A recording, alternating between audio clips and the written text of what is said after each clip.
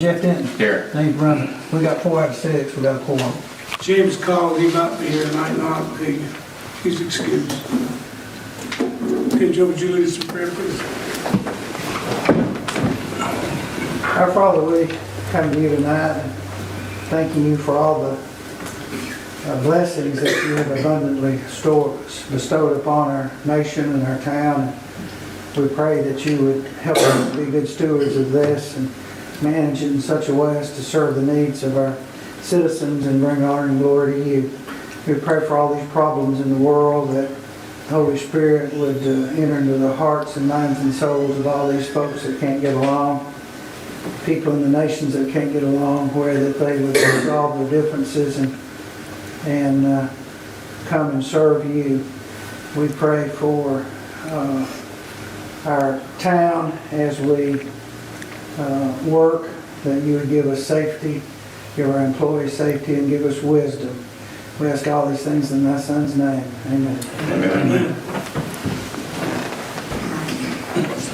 Want to lead us in the pledge, please? Salute. I pledge allegiance to the flag of the United States of America and to the republic for which it stands, one nation, under God, indivisible, with liberty and justice for all. Thank you, Joe, also.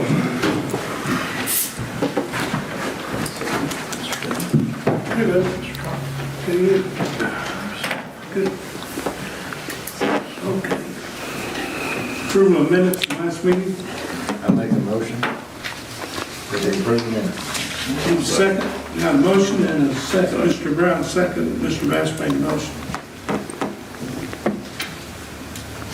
Any more discussion on the minutes? Call the roll, please. Robert Miller, Yes. Jeff Bass. Yes. Kenny Brown, Yes. Jason Silver, Yes. Jeff Denton. Yes. Passes.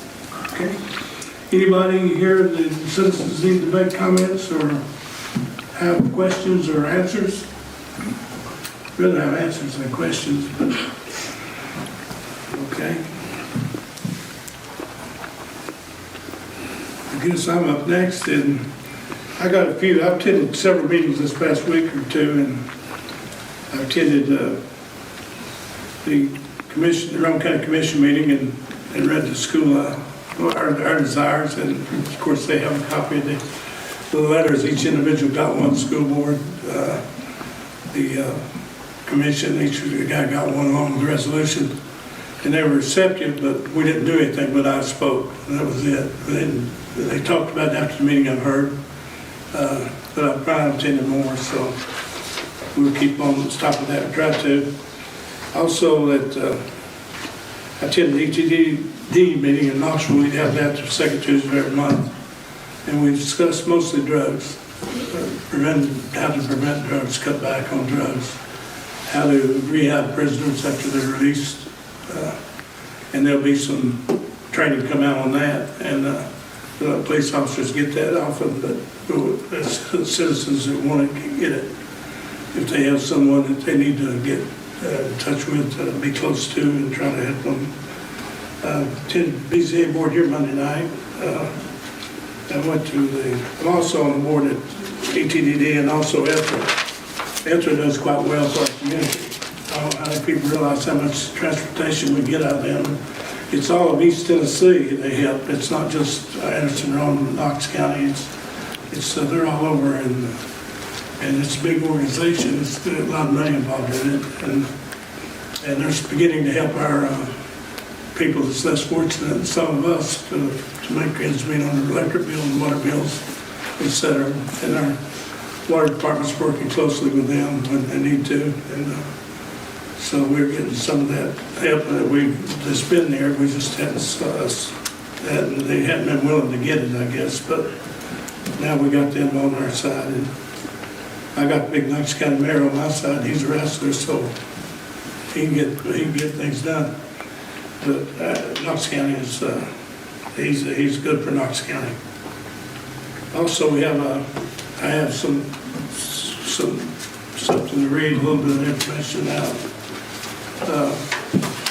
This is a letter that was written to the Honorable Bill Lee we are writing, it was our opinion, our support on legislative measures intended to restore the historical revenue sharing relationship between the state and local governments that we altered in 2002, so that the state could address significant state budget shortfall and avoid impending fiscal crisis. And this letter is available if anybody wants to read it. I'll make copies and put it out. But it goes on, it talks about Tennessee Municipal League and their ramrod that's president of that. And there's 345 mayor signatures went to be on it.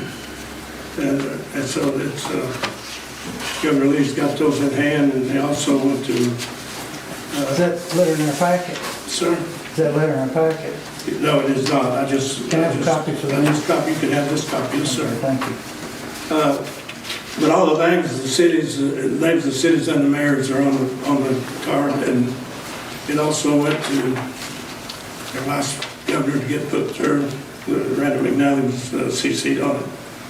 And hopefully we'll get, what was it, $5,351.26? $51,351.26, I think. Yes, it will. Is the amount that our share of the back part of that would be.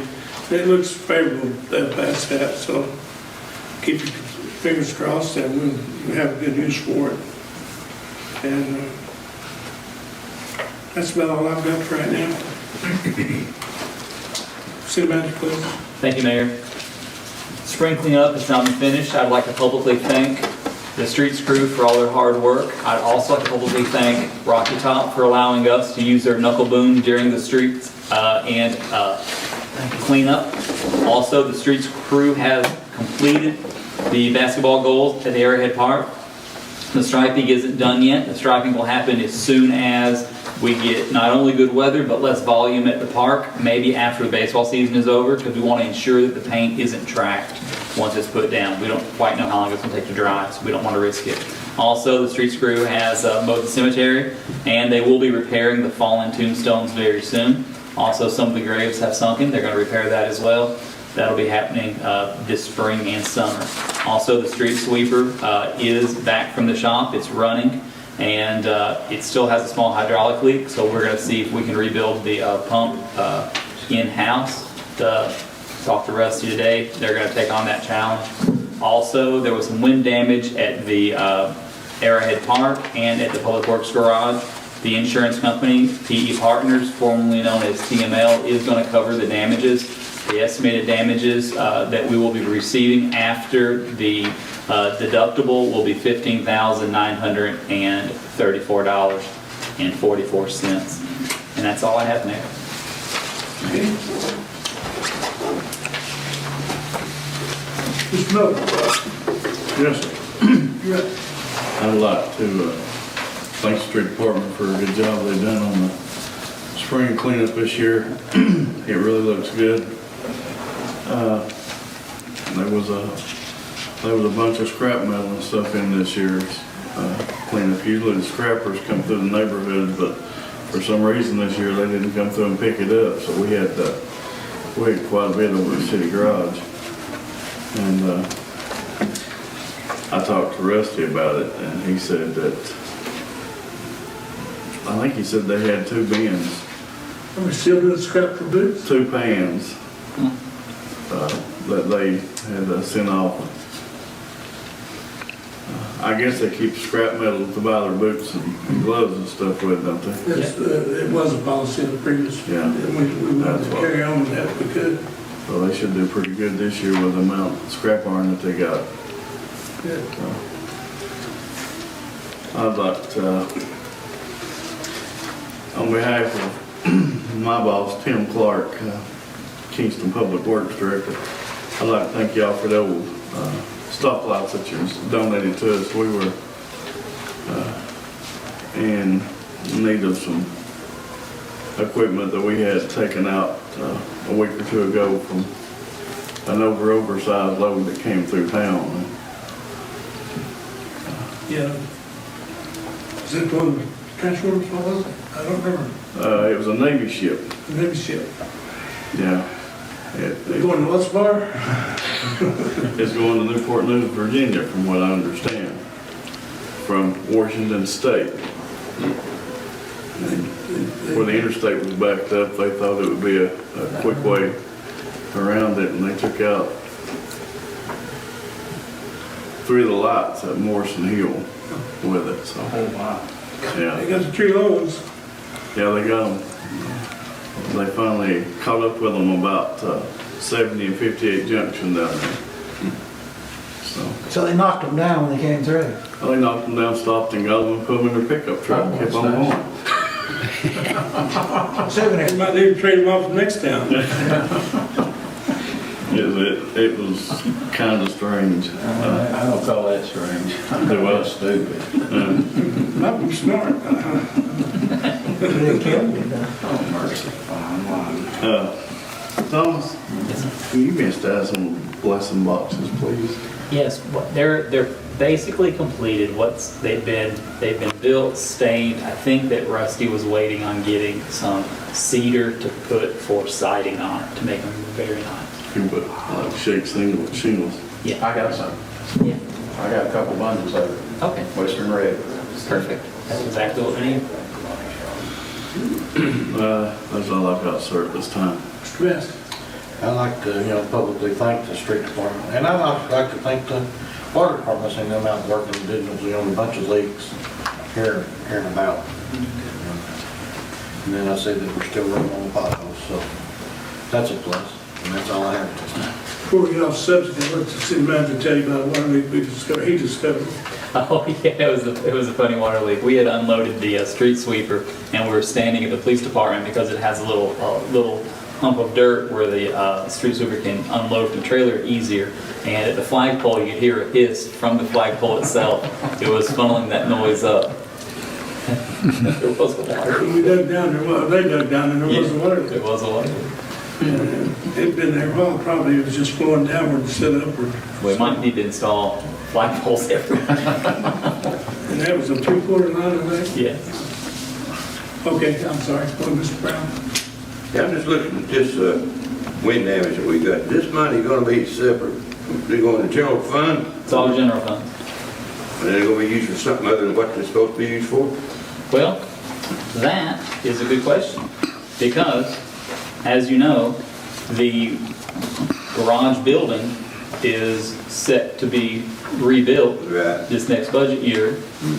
If we agree to procure a loan to do it, and if John Reagan's is able to actually get us the $75,000 in grant. So that money's gonna wait. Then with the dugouts, I'm not sure if those have been repaired or not yet. I got a call that they were, but I'll find out. But there's also a plan to get the dugouts and rework them or revamp them. And that money can go towards the reworking of the dugouts themselves, because just because the roof blew off doesn't mean that there wasn't other damages that you can't see.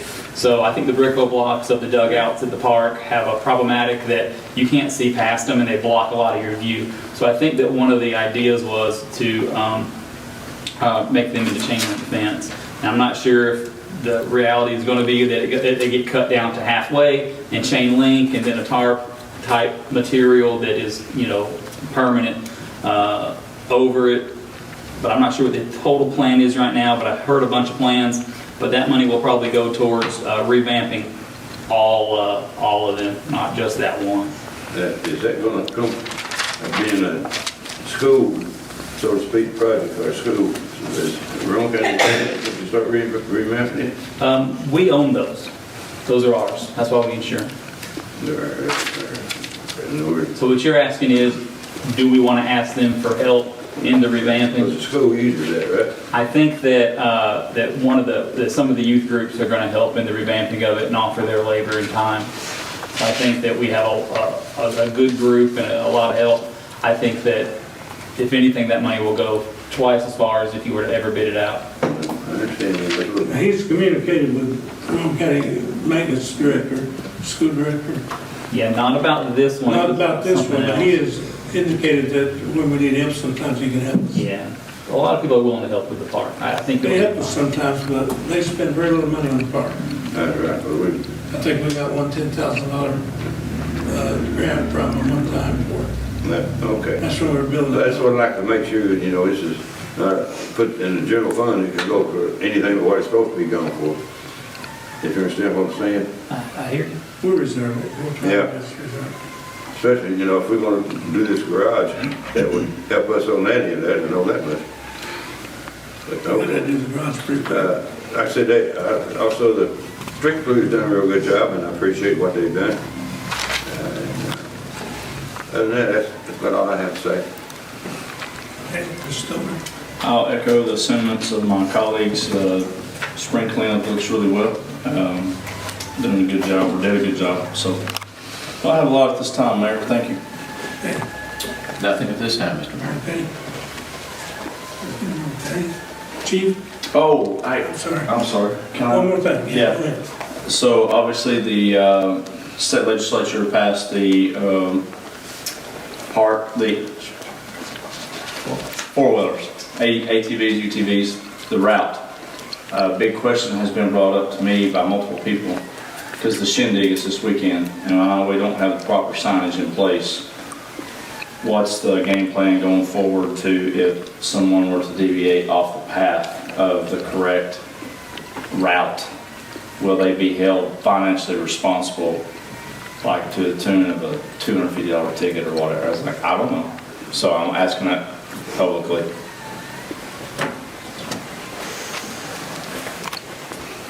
So basically what happens on what you're asking is it goes back to officer discretion. We have the right, if they're breaking the law to, issue citations for what they've done wrong. My stance has been, as long as it's not anything that inherent to people's safety, we have more of a diplomatic approach. Right. So if you have a family of 4 that's come down, for vacation and they're enjoying our town, we enjoy their company. Right. This is more likely for us to be intended for the people that want to drink too much, play their radios too much, race their vehicles, things of that nature. Those are going to be the ones that we deal with the most. Thank you. Safety, kids setting up, know how much stuff. Correct. Okay, that route is all the way down across bottom to 330, down to East Spring Street, to Winter Gap, to the roads, down to the road, turn off and left right now, but there's conflict there. Because the First Amendment was delete the highway, they didn't want on 4-lane safety reasons. But the next guy put it through and went, including the 4-lane, the way we read it. I still don't understand. It's hard to read. We got copies of it, we can give back. I think you've got a copy of it. Yeah, and I was wondering about that myself. It's a conflict on reading. Yeah, I've been asked that question as well. Well, what we have with us, all that will be answered She's here. on She's here. one of the agenda items coming up. I'm sorry. We can do, or we can do it now. You can do it now. Then she can leave for the night. That's right. Yeah. We're gonna deviate a little bit from the meeting, and she's here for this purpose, so further down, but go ahead. Sure, if you look at the Introduce yourself. I'm sorry, I'm Stephanie Wells, I'm the Director of Tourism for Anderson County. If you look at the legislation, it was amended. It does not include Highway 61 or 62 or whatever. 61. It depends on whoever you're talking to and what it's called, but basically the 4-lane. It does not include the 4-lane. It was published in the Oneida paper, the original legislation, but it was amended to exclude the 4-lane. So it goes all the way right up to the 4-lane, and then it goes, back around on 330 and then down. And then our intentions were to try to talk to our state legislators in the next session to include the 4-lane. After we've gathered some information, see if there's any traffic issues, see if there's been any, what the accident count, that kind of thing is. We were just really rushed in the last session and wasn't able to have that information readily available. And so basically, if we had pursued it and they turned it down, we would have got nothing. We talked about this last time. So we would have got nothing. So at least this gives us a little something. And then the other thing that Thomas, if you want me to go ahead and talk about the other issue too. Yes, please do. And the other item that Thomas asked me to come and speak about is the next step in the process. So.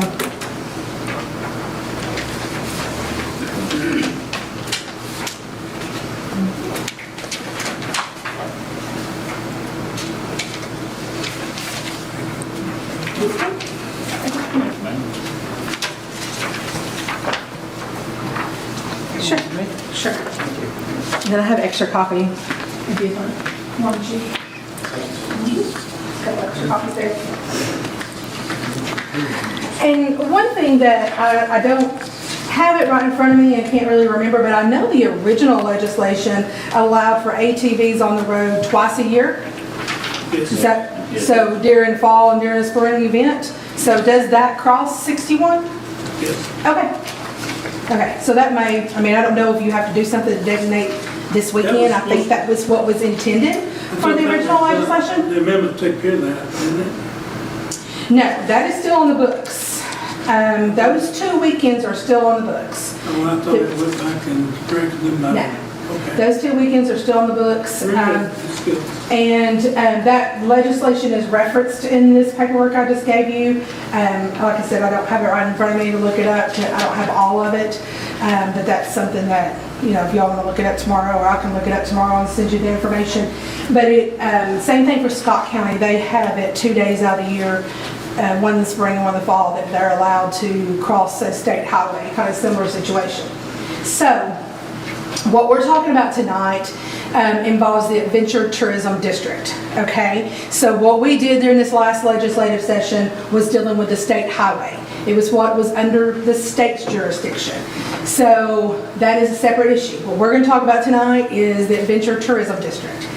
And originally when this legislation was passed, it was, the whole purpose was to incentivize businesses to either open or to expand. So that's why this legislation, this Adventure Tourism District was created. It was created by Senator Yeager. It was kind of his brainchild. And so basically it was to incentivize, attract new adventure tourism businesses. And there's a definition on there. If you look at the second page, it started to highlight in blue. There's a definition there of what adventure tourism is. So I think we all know, but you know, just to be sure, the state wants to be sure that it's defined what the adventure tourism is. It also, the next item there, defines what an adventure tourism district is. So it's a geographic area that is related to some kind of adventure tourism activity. So here in Oliver Springs, it would obviously be Windrock. So it would be area that is adjacent to Windrock. And Simsbury, obviously it's your downtown area. So how can we recruit businesses into your downtown area that are adventure tourism related? It can be lodging, it can be restaurants, it can be you know, zip line, you know, anything of that nature. I will be honest with you, I don't know that anybody has received a tax credit under this legislation. So it's not, the Department of Economic Development kind of got their hands on it and put, if you're familiar with the incentives for industrial development, they look very similar. Of course, we know that tourism is not anything like industry. We're not going to bring in 500 jobs with one business. We're not going to make, you know, a $10 million investment in tourism. So really honestly, kind of setting the whole incentivize program, tax credit, franchise excise tax credits aside, what they did a couple of years later was they went and they amended the legislation that has to do with ATVs on the road. And that is TCA 558185. And they amended that legislation to say, and that's where all the information about when ATVs are allowed on the road, where they're allowed, you know, it goes on and on forever. But they added in there at the bottom that if you have an adventure tourism district, then the local legislative body, whether that is a city or a county, has jurisdiction to designate what roads ATVs can be allowed on. Okay? So Does that restrict it to a building such as, if they want to go this street, they'd have to have a place that would, like, historical site, for instance, that wouldn't be included. No. But they would be able to get to that. So that road is not going toward Windrock, and we're locked on this side, we go 10 miles down the way. Well, and when you create the district, it's the roads within those districts, within that district. So if you're looking at your downtown area, what roads within that district, and it's not going to say every road. You're not going to say just because this area is an adventure tourism district, we're going to allow ATVs on every road. You can specify which roads, and we'll take Rocky Top as an example. Basically, the whole city of Rocky Top is designated as an adventure tourism district. Okay, it's about 1 mile wide, I don't think it's, or 1 mile long, I don't think it's very wide. But the whole town is designated as an adventure tourism district. You can only ride ATVs on 25W from 8th Street down to the Cracker Barrel. So, on the main road. They didn't want people into their residential areas because that's not the purpose of this legislation. It's not so, Mr. Smith can ride his ATVs down to the food line or the food city and get groceries. That's not the intent of this legislation. It is to attract tourism businesses and to bring your tourists into your commerce areas. So ideally for Oliver Springs, it would be, how do we get them from Windrock into your downtown? As I drove through, driven through this area numerous times, there's a lot of potential in your downtown historic area. You already have a couple of, I think one person has converted a gas station into a restaurant. You've got a couple little areas for shops. I mean, there's all kinds of potential. There's potential for outfitters of all different kinds, not just ATVs. You have the OBED, you have, all these other areas right here in your backyard where outfitters could come in and take guided trips for different things. So there's a lot of potential. But again, the main thing is kind of the intent of the legislation is for adventure tourism. How do we attract businesses, and how do you what they tacked on with allowing ATVs on the road is how do you get people from your already adventure tourism areas to your commerce areas? How do you make that connection? So again, you as the governing body has the authority to say this is our adventure tourism district. And then there's the application process. And the main thing that the state is concerned with is the franchise excise tax credits. It does have to go through finance. They look at your area. For example, we have one county that wanted to say, we want to make the whole county an adventure tourism district. And they're like, no, that's not going to work. It's really supposed to be a specific area. Cities are able to do it because they're a little bit smaller, but it is supposed to be a specific area, and there has to be justification for it. So I've outlined kind of all of the steps that you need to take. The first one would be decide on the district. What do you want the area to be, the district to be? You have to create a business plan. You have to pass a resolution as a governing body or an ordinance, whatever process you all take. There has to be a map, and our county, our property assessor helped us with this process. We develop a map, and you have to identify every single parcel by name and number. So it has to be a list of who owns it and all that. So every parcel within that district has to be listed. That has to go to the state for approval. And then you do a notarized letter, and you have to choose 4 activities.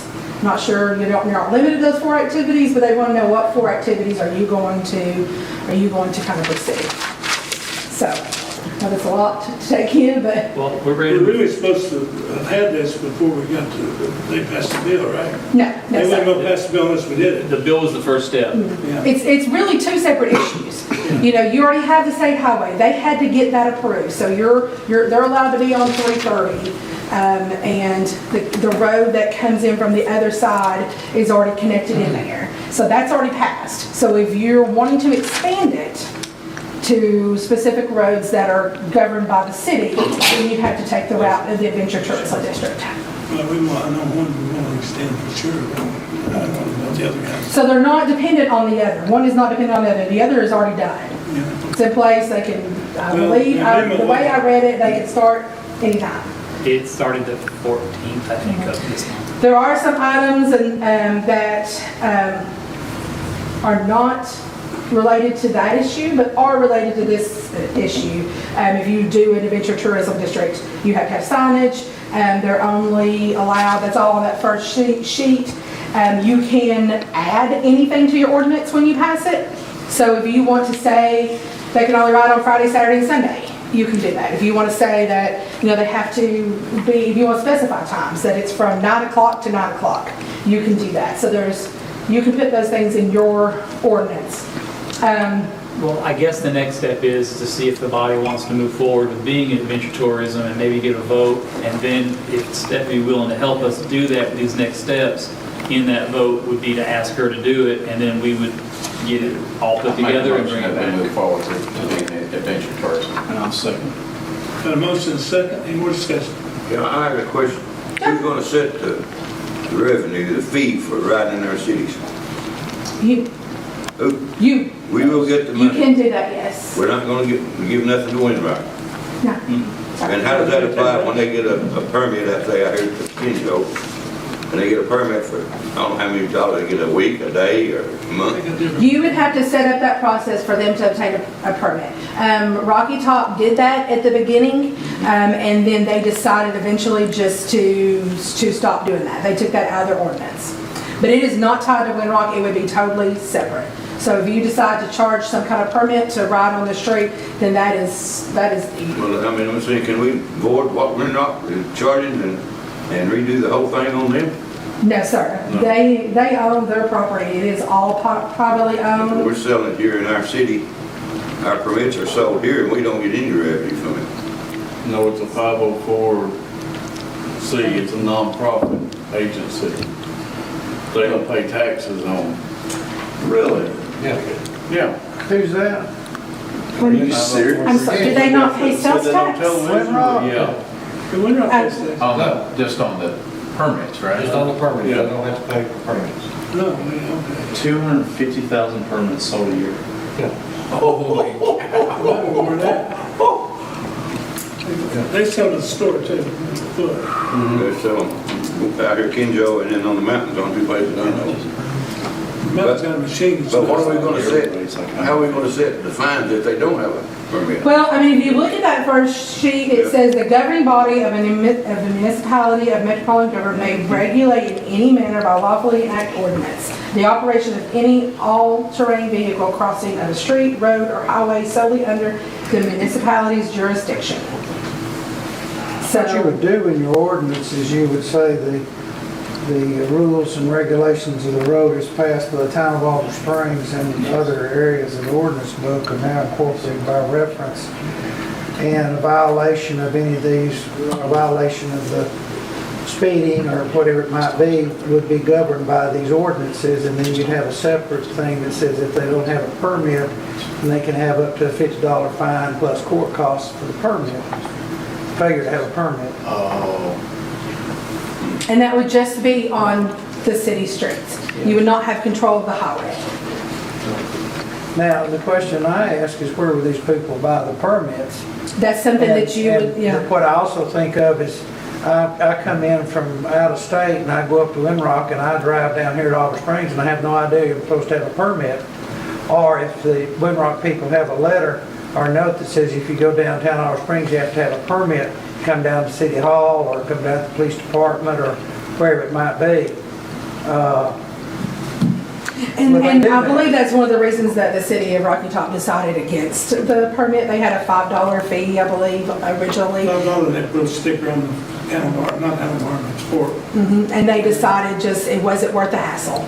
Costs more to hire somebody to monitor it and take care of it. And to have somebody available 24/7 because somebody may come in here, if you're allowing at 7 o'clock tonight, in the evening for them to ride and they don't have anywhere to purchase the permit.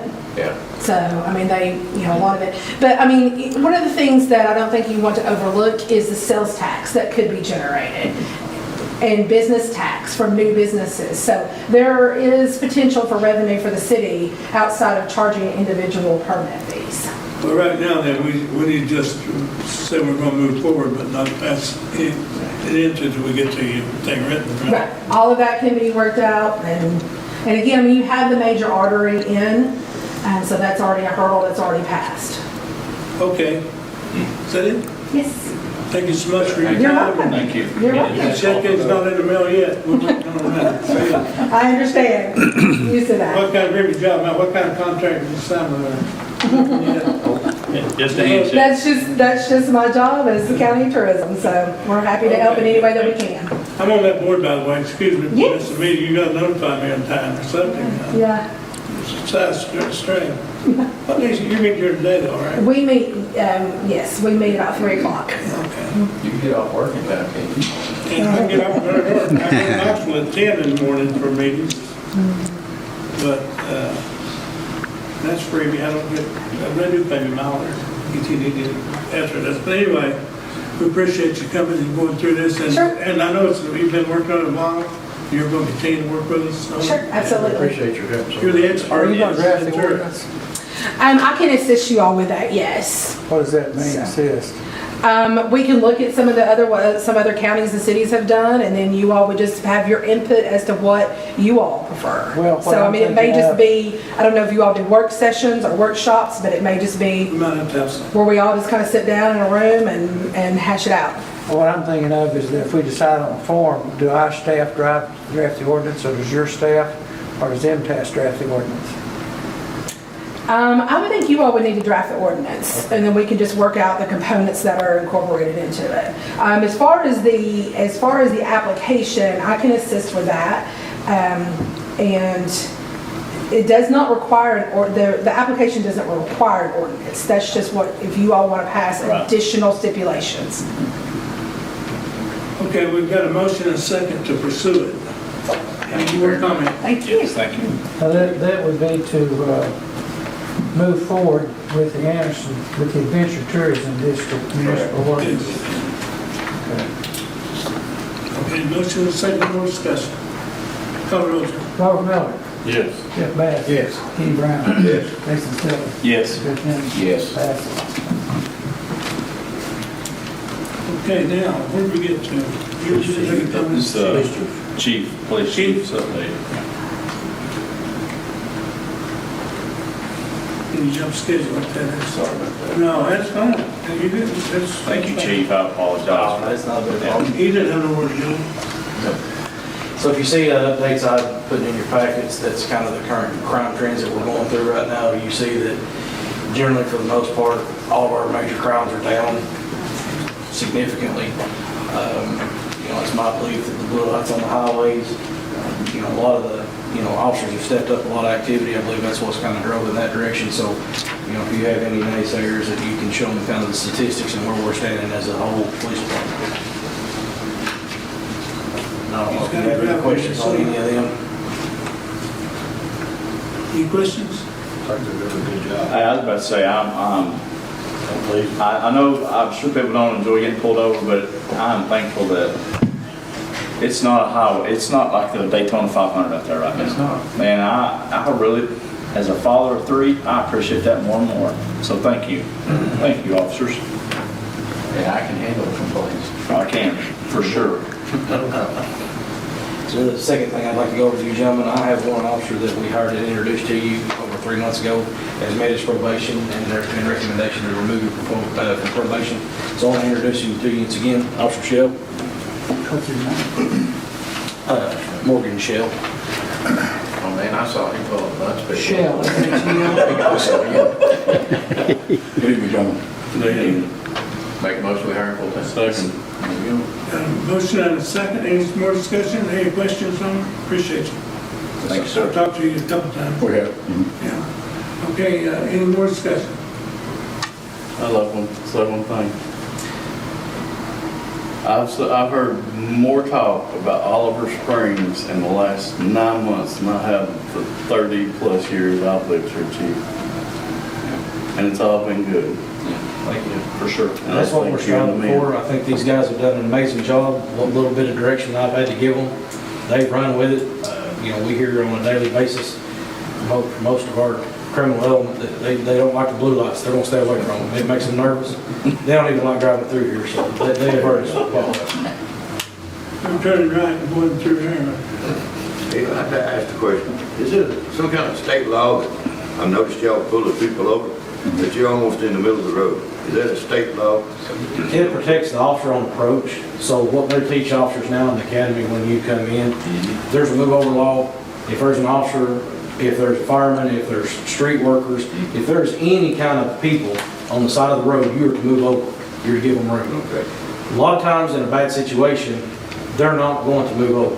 If there's 2 cars in the way, whatever. So keeping your vehicle over a little bit more is going to give the officer enough protection that when you hit his patrol car, it's going to slow him down to hopefully a speed that he will survive. So the tactic is kind of to get the car out there so you hit it before you hit us. Well, I've noticed that, like I said, the times of the police cars kind of in the lane there, and I pull over, but I just wonder if there's a law or anything of that nature that you do that too. It's a tactic they're teaching us to put some cushion between us and a 55-mile-an-hour vehicle. And then secondly, you'll notice, and also after the officers are taught to put it in park, they turn their steering wheels left. So if you ever see one of our cars on the side of the road, you see the driver tires are sideways. So what happens is when you hit the rear of one of our patrol cars, it turns left. It don't go straight into us. So if you have an officer standing beside somebody's car and talking to them, you hit a patrol car in the rear end, it turns left. It will not come straight and hit the officer. I'll tell you this, that there is a record driver killed every single week somewhere in the United States because somebody won't move over. I mean, I just talking about it, and they said, well, that's a law, and I didn't realize it was a. I'd like to see it enforced in town. We issue several move over law violations. Sometimes you'll see an officer, a few hundred yards back or a few hundred yards ahead with no lights on. He's watching traffic, making sure it's moving over, and for the ones that don't, they either get educated or a citation. We try to do both based on the situation. We need to protect our people. We need to protect our record drivers, our EMS workers, our fire department, our street workers, anybody that's going to be out working. We need to protect them. We actually done it today right before lunch. We were all getting ready to go to lunch, and they were in a bad spot. The inmates were mowing the median today because they're getting everything ready for the shindig. So I set up with lights and sat there in the median, and everybody was moving over because of blue lights. Kept them a lot safer today. So we try to do that kind of practice when we have time. Well, thank you, you answered that question. Thank you, appreciate it. Thank you. You got anything else to add? I did, John. Okay, fire guys here? We got to call. Roll call, put him in. We voted, let's go. Bob Miller, Yes. Jeff Bass, Yes. Jim Brown, Yes. Dennis Tiller. Yes, sir. Yes. Sorry. That's okay. 2 interruptions I've had today. Okay. We got somebody for the crime overview? You got anybody for the crime overview item C? Those are the 3 items I was discussing a minute ago. If anybody had any questions. Okay, in that order, right? Okay. Yes. Fire chief. From the fire department, we had nothing this time. Okay, thank you. All business.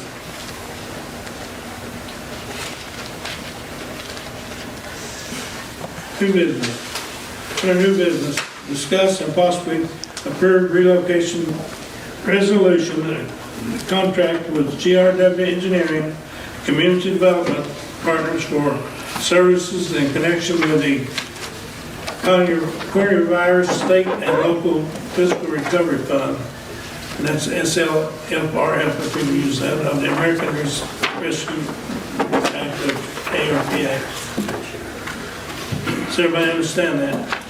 Everybody got a copy to read? How much money is we gonna give them, are they gonna give up? What this is this is the grant administrator for the grant that we're getting. We're getting $1 million, and they're also going to help us with the projects themselves to determine which the needs, where the money needs to go. What this will be is this is to administer as a grant administrator on the $1 million that we're getting from the ARP money, the ARPA money. It should be a standard contract of around 4%, so $40,000 for the community development partners.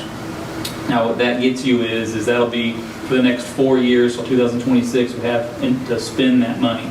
We have to do a quarterly report and various other audits from the federal government.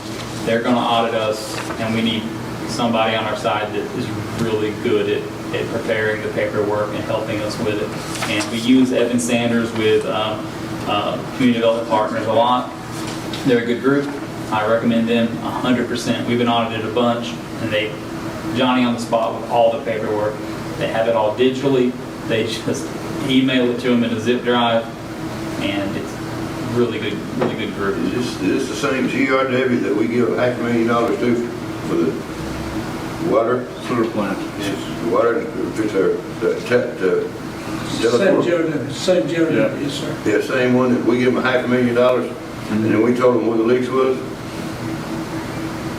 Back when they were doing their water here a year ago? Oh, well, we would help in, the way that it's set up is that you have to, they don't just magically know our system or anything about it. You have to actually tell them what you want done, but then they help us with designing it, getting it out to contractors that then come in. Then they watch the contractors while it's being worked with so we do tell them where the leaks are, or we have them know where to look that we suspect the leaks are. But yes, it's the same company. They have worked with us the whole time I've been here. I think, John Burris, he left the company. He's probably the one y'all remember from the wastewater plant, but he's no longer with the company. We work with Jim Hilborn now, and we were able to secure a $1 million grant already for water and sewer with their help. So we've used them a lot, and of course they get paid for their help. Got a pretty good chunk of change, $500,000. And then I think it was $500,000. It was $500,000. Then we had to give the other half to the company that almost. That did the work? Yeah, they did the work. What other streets are talking about? I don't think it's happening. I think what you're thinking about with the $500,000 that you're saying, I think what you're thinking about is that we paid them to do work. We paid them to do a survey grade, evaluation of our system and get where all the water lines were, what the size of them were, where their location was, where the meters were, where the valves were, where the hydrants were, and that would have to been done before you have a contractor come out, because they've got to know what size they're bidding on. They've got to know what material they've got to buy to put in the ground. So that work had to go in the front end in order to get the work done on the back end to actually get somebody to put a shovel in the ground. Because if you were to have said, just here's money, go fix our leaks, they wouldn't have been able to know where to go, what to do. They had to do a acoustic leak detection of the entire system, which determined where the leaks were. It was a company came in and did that. Then they had to determine where the pipes were, what the pipes were made out of, which ones were leaking. So that did cost money. Yeah. And it was all from a 100% grant that had no payback, 100% no The payback. company that did the work that they said that was needed to be done is the one that really left us kind of holding the bag, because actually we were pushed to get them done before a timetable, and we didn't have any clause in our contract saying that the coronavirus keep them from hiring their workers. They went for 6 to 8 months and didn't even do nothing. The company that just GRW recommended. Well, they were probably the low bid. They probably were the low bid. I'm just saying that. And that company name was Ironwood. But The one you're thinking about. we're not going to contact them How much on anymore. Chattanooga? I don't believe that we have any projects like that coming up. This next project that we're going to do is going to be to replace our water meters. And I don't believe Ironwood does that. I think it'll be a meter I company. understand that. I said that if next contract we get, I'd like to see some kind of a stipulation saying, okay, if this coronavirus comes back and it puts everybody down on a shutdown, we're not going to be held liable. Because if we hadn't got that last phase done, we would have been liable for that other half of that rest of that money. We wouldn't have been liable. It was a 100% non-payback grant. Well, we had to finish it by a certain date. If anything, we just wouldn't have received all of the money. Those circumstances, they wouldn't hold you down for disease prevention. Yeah, They that wasn't. wouldn't hold you liable for that. I know we was pushing the button to get Well, you didn't get with us also on $500,000 because it wasn't that big. when we come up here and they took all our pictures, it wasn't $1 million, and GRW got $500,000 of it. Those were different checks. Those were two checks from two different funding agencies. One was It was for the water. one was from TDEC and one was from SRF. There were two different funding agencies that equaled $1 million. It was $500,000 apiece. That's for the pilot program, wasn't it? That was that pilot program that he's speaking about, the water loss pilot program. We went to national, 2 meetings on that, sat Yeah. around the big table, and that's what everybody. But we did pay GRW for what they did. Yeah. But we walked away with a hydraulic model of our system, GIS accurate locations of where all of our pipes are, and I have access to all that right now in my office. I pull it up all the time. I use it just today. Anytime a discussion about a sewer line, a water line, I have access to all the GIS as well, and it's survey In other grade. words, it was a good spend of money.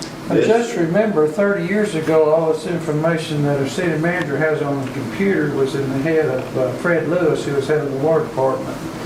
And he retired, we lost that knowledge. I understand that.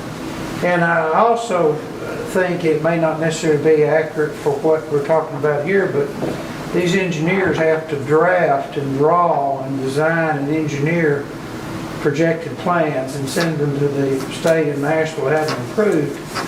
And then they come back and then they got to supervise the construction to match those plans. And then they have as-built drawings, send them to Nashville, have them approved. And when they come back, you know, because they're as-built, the job is finished and they get, I guess, a certificate of completion. So although $500,000 may seem a whole lot of money, and it is, when you have to design, do all the field work and the office work to design these things and submit it to Nashville and deal with the TDEC engineers down there, because they may not approve part of your drawings simply because they have the power to change them. And then you have to redraw them and resubmit them. So it's a paper chase in one sense of the word.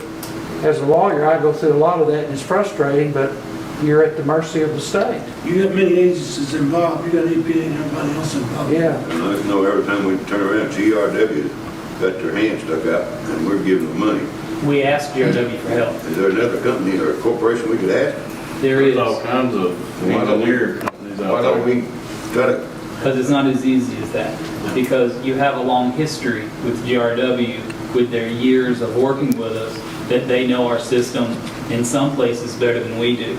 And they're also, They have the database that another engineering firm would charge us a surcharge because they would have to go and research the data. So when you're delivering the service, you have to have the data, and if you don't have the data in your database, you got to develop it, research it, and your client pays for it. Which means we'd start all over again. Yeah. And see, the good thing is GRW does a good job. It's a great thing, but if you're not happy with them, then it is a problem. you know, I just say that they're the only one that we've ever done any business with that we could, you know, like you do anything else, you have to bid something out.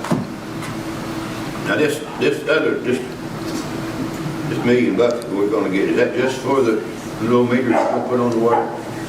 It'll cost $1 million. It'll cost over that, because they went up. Yeah, prices are up. Yeah.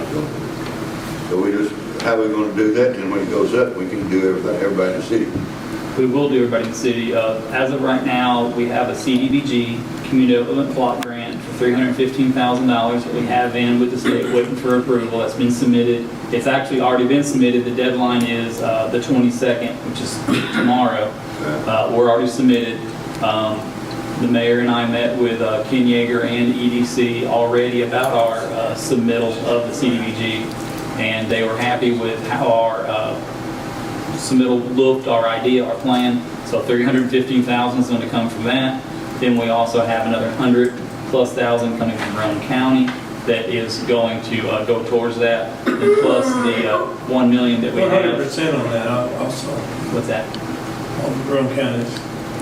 I mean, we gotta make it It's at 25%. 25% match. 25% We match. got to come up with $100-something thousand.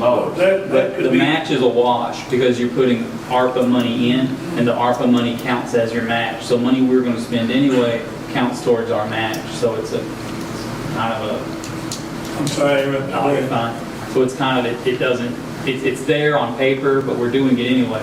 Because we're doing a majority of it from ARP money out of that $1 million. We'll put $500,000 on for that, plus the $315,000, plus the $100,000 will be enough to cover it by our projections. But the longer we wait, the more it goes up. But it's supposed to happen once the Community Development Block Grant gets approved, which will be in October is when it should open. And our deadline to apply is tomorrow. We've already applied, so we're already in the system. Now, But engineers do get paid for their services. our people gonna put these meters in, or is it? No, our people are going to continue doing what they're doing, with fixing water leaks and doing their daily duties, and they're going to have part of that funds is going to be for a company to install them. Now, we may have to have somebody with them to help them find the ones they don't know where they're at, but most of them we already have in the GIS database, which is part of that money you were talking about before, which will make installing them very easy, because they can pull it up on an iPad and hit the GIS and turn themselves into a little blue dot, and they can actually walk, and in real time, they can walk over where the water lines are, zoomed in, or where the meters are, and get very close with a satellite image. Didn't that company, when they were in here, didn't they GPS every water meter we had in the city? Yeah, it'll be very easy to find it. Yeah, because normally you have to send somebody out with them, but now, maybe for some hard ones or ones that aren't on the maps, or they're in somewhere, or a new house came in and we haven't updated it, but we'll be able to, a lot easier now. Okay, anybody else? Need a motion, So sir. need a motion, need I'll a make a second. motion. Got a motion for item A. Everybody look at item A, know what it is, right? Got a motion, got a second. Any more discussion? By way of point of order, you're voting for two resolutions, one for engineering services and one for administrative services. You're talking about A and B? Yes, both. Yeah, both of them. Yeah, I'll make that motion. Yeah. Okay, the other one is possible approval of giving the mayor permission to enter into a contract with Anderson County for, No, that's the next one. No, that's the next one. okay. We're voting on Roman numeral 13, new business A. Okay, well, I don't think you're gonna have two resolutions there, right? Yes. Yeah. Two different ones. I got two in my packet. Okay, I got 2 or 3 in the packet, but I don't think did we not discuss that? What's that? That we didn't have to have but one resolution? No, there's two resolutions here, one for the grant administrator and one for the engineering services. Okay. Okay, we get, We have two different votes? Okay, put it all Well, on. the motion includes both of them. I'll put it in the motion for both. There's no resolution to on go it, back so it to doesn't 2. matter. We got a need second. We got a second, Mr. Dent. Okay, we got a motion, got a second. Any more discussion? 2 items in one resolution is not going to work, so it'll be 2. Ready to go roll call? Yes, sir. Robert Miller. No for the engineering, yes for the other part. Anyway, They're together, so you have to vote yes or no. I don't know, man, because I have a bad taste from Georgia. Jeff Bass. Yes. Kenny Brown. No. Jason Stelton. Yes. Jeff Denton. Yes. Looks like it passes 3-2. Okay, item B. Now we're going to read item B, right? Discuss and possibly approve giving the mayor permission to enter into a contract with Anderson County for countywide dispatch services for Olive Springs Police Department. You're up.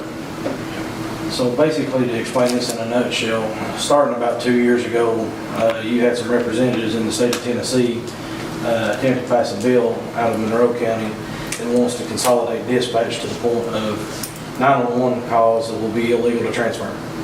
So what happens, the way our dispatch works right now is any Anderson County 911 call goes to Anderson County Dispatch at Anderson County Sheriff's Department. If it is not a medical call and they deem it to be law enforcement or fire, they transfer it to the correct jurisdiction, say us. At this point, that will be illegal. In preparation for that, 2 years ago, everybody started talking about what they were going to do with their dispatch. It failed on the state level, so we didn't worry about it. They attempted it again the next year, it failed, so it was just all been talk. From what we've been explaining this year is a separate representative has picked it up and is running with it, and it is carrying weight. So in preparations for this, Norris Police Department and Fire, Rocky Top Police and Fire started in negotiations with Terry Frank, Mayor of Anderson County, on taking their dispatch. Once money and things were discussed, it was reached out to us if we wanted to consolidate with us, or would we be going to Rome County. When spoke with what the numbers would look like, Mayor Frank spoke up very highly of us and said that she feels that this is something that the Anderson County taxpayer pays for, and that we're part of the Anderson County tax base, and they want to see that we receive some benefit from it. Initial numbers come out. It's kind of in the negotiation phase now, and that's the reason this has been brought before you, because I do not have the authority to do it, and it would be best befitted for the mayor to do it, so that's why we're talking. So the way this would look now is if this goes through Anderson County Sheriff's Department, when they receive a 911 call, they would by law have to come onto our radio and dispatch us to that channel. They have to be able to immediately dispatch it. This is forcing basically a centralized 911. When I was posed with the issue, what would we do with our dispatch, that is up to y'all. This thing about it is dispatch, if we kept here, would be a duplication of services. Right now, our dispatch roughly costs you $241,000 a year. That's between the computers, the wages, the medical insurances, and everything like that. The last numbers we received tentatively from Anderson County is they were expecting around $40,000 a year to do the same service. We're spending $241,000 to do. Not quite sure how all this is going to go, not for sure how it will end, but we need the authority to be able to speak on y'all's behalf of what you want. I'll make the motion. Second. Motion and second. Any more discussion? What happens, chief, if that bill fails? If we already do this, it will already be done. So if it fails, we just won't be held to that standard. But the problem is if it goes in as law, it's law then. What do you do? We've got budgets to figure out, we've got employees to worry about, figure out what they will do, you know, things of that nature. There's a lot of moving parts, and I would hate to get caught behind the law. I'd rather be before the law. That's what fears me, because this appears to me the same what they did, you know, if y'all remember 20 years ago, how they done jails. Every police department had a jail. It was not uncommon, we had one. But with the new regulations, the new rules, the, you know, rights and benefits for inmates, all these things kept coming, got to the point you can't afford it. You know, I think dispatch is about to do the same thing. One of the big things that's coming out is texting 911. We don't have the money behind us to pay for it. Right now, we receive only $12,000 a year from Anderson County 911 to run our dispatch. So if you have to buy a $500,000 machine tomorrow, where are we going to pay for it at? Total cost, $40,000. Yeah, so right now, like I said, you know, we spend $241,000 a year to have our own dispatch. But tomorrow, I know text to 911 is coming. We don't have the infrastructure to do it. I know Anderson County has paid close to, I don't want to quote a wrong price, but it is costing them more money than I could even fathom to get this technology. We are not going to be able to keep up with the times. We're not big enough. So it is forcing a central 911 is what this law will do. And so we'll discuss how much it costs us to have dispatch with us to them. Yeah, so what'll happen is if you decide that, you know, he can enter negotiations, we've got several paths that we, you know, will discuss, and we will say our part, y'all can say your part, but tentatively, the way it looks is if we pay them the $40,000 a year, it'll be a savings of about $201,000. However, we will need employees to help us. We will still need somebody to keep our doors open, to answer the phones, issue burn permits, give, you know, reports out, speak with attorneys, get them case files, arrest reports, our videos, things of that nature. You know, right now our salaries are running around for dispatch and medical insurance is around $45,000 a year. So for every employee we keep, that comes out of that savings. So you'll keep at least one employee. We will have to, because what's going to happen is you're going to take an officer off the road every time somebody calls and says, I need a copy of my police report. I need a copy of my wreck in front of Food City. You're pulling officers off the road to do clerical work. I don't see how we can function without a support staff. How is this affecting, like you'd say in Anderson, what about Rome County?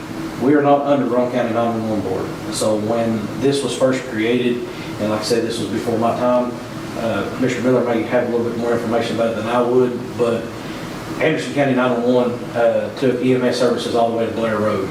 So nothing of us is underneath Roane County 911 Board. We are all under Anderson County 911 Board. Even Gordon County? Yes, all of our city limits is under Anderson. By way of contract, I'm not quite sure. Make a motion that we allow the mayor to go into discussions. Bass has already made a motion. Yeah. He's already We said got a motion, got a second already. Any more discussion? Any more When discussion? you go into discussions on this, Mayor, when they start talking dollars, what's to keep them from next year going to $150,000 instead of $40,000? Can we lock in at $40,000 for 5 years? Try to lock in longer than that, but you know how the time is going, I doubt if they can even hold it Right, to one a year. We'll make sure we try to get that locked in. Lock it in. That's good, that's a good idea. Because, you know, we pay 40 this year, and next year it comes, oh, we need 150,000 this year from you all. I think from a budgetary standpoint, the cities can't enter into these long-term contracts unless it's a lease for more than a year. I think they So started they in might be limited for a to reason. just a year. I said might, I'm not an auditor. So that's why I was thinking more along the lines of 5 years. Well, I think you're thinking the right We can direction, ask, but, we can ask for it. you know, we can ask. We'll make that as a top priority. Then, one thing that was just brought to my attention, someone with some experience on it, apparently there is a law, we'll have to research it under 911 boards, that they're not allowed to do any kind of increases on anyone over cost of inflation. So that's something that's been brought to my attention, we can look into. Cost of inflation. Yeah. Either lunch right now. Yeah, you know, anything from 8 to 10% is what we're looking at now, so hopefully 8 to 10% on that would just be $4,000. That's true. Well, we'll try to negotiate the best thing we can, and then, of course, we'll come back here for it. Yeah, and this is not a final decision, this is just, we've got to talk to them, we've got to open a line of communication with the authority from y'all. Anything that happens. You're ready when they say, Chief, you have to do this now. Yes, sir. It needs to be in place that you can go. No problem. Any event, we'll just be talking, and we'll have to come back here for another, Yeah. so. Okay, got a motion, got a second, any more discussion? Call the roll, please, Joe. Robert Miller, Yes. Jeff Bass. Yes. Kenny Brown. Yes. Jason Stiltner. Yes. Jeff Denton. Yes. Passed. Thank you. Thank you. Item C, discuss and possibly approve budget workshop for May 19th after the council meeting. Does that work for everybody? May 19th after the council meeting. So, same, Second meeting in May. yeah, second meeting in May, same as this, but only afterwards you dismiss and open the budget, and then we'd start. I make a motion, we accept it for the 19th. Second. Did you put a time on that? Let's see. Just after the meeting. It says after the meeting. But we don't want to keep everybody all night. Anybody has to work on Friday, like we've got a record driver here that works on It all Friday. has to do with how long the No, meeting I goes. work on Friday. Okay, we got a motion, Need a second. need a second. I second. Okay. Motion and a second, any more discussion?